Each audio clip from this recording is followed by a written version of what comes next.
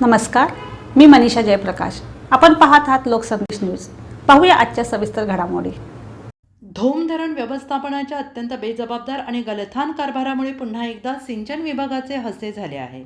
धरणापासून साधारण 15 ते 16 किलोमीटर अंतरावर असलेल्या लेंडीचा मळा परिसरात डाव्या कालव्याला भले मोठे भगदाड पडल्याने हजारो लिटर पाणी वाया गेले आहे.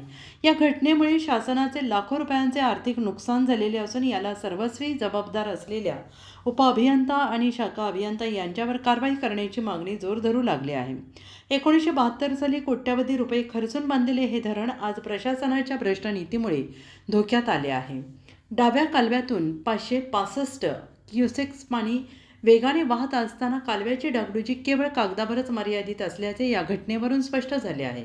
दोन्ही कालव्यांचे सिमेंटचे प्लास्टर प्रवाहाबरोबर वाहून गेलेले आहे. सध्या केवळ मातीचे भराव शिल्लक असून ते देखील खेकडे आणि मुंग्यांनी पोखरले आहेत. कालव्यांच्या देखभालीसाठी नेमलेले शाखा अभियंता कधीही प्रत्यक्ष पाहणी करताना दिसत नाहीत, असा आरोप स्थानिक शेतकऱ्यांनी केला आहे. जर एखाद्या शेतकऱ्याने चुकून पाणी चोरले तर प्रशासन तात्काळ पंचनामा करून अव्वाच्या सव्वा दंड वसूल करते. मग आता अधिकाऱ्यांच्या नाकर्तेपणामुळे जे लाखो रुपयांचे पाणी वाया गेले त्याची वसुली संबंधित अभियंत्यांच्या पगारातून का केली जाऊ नये?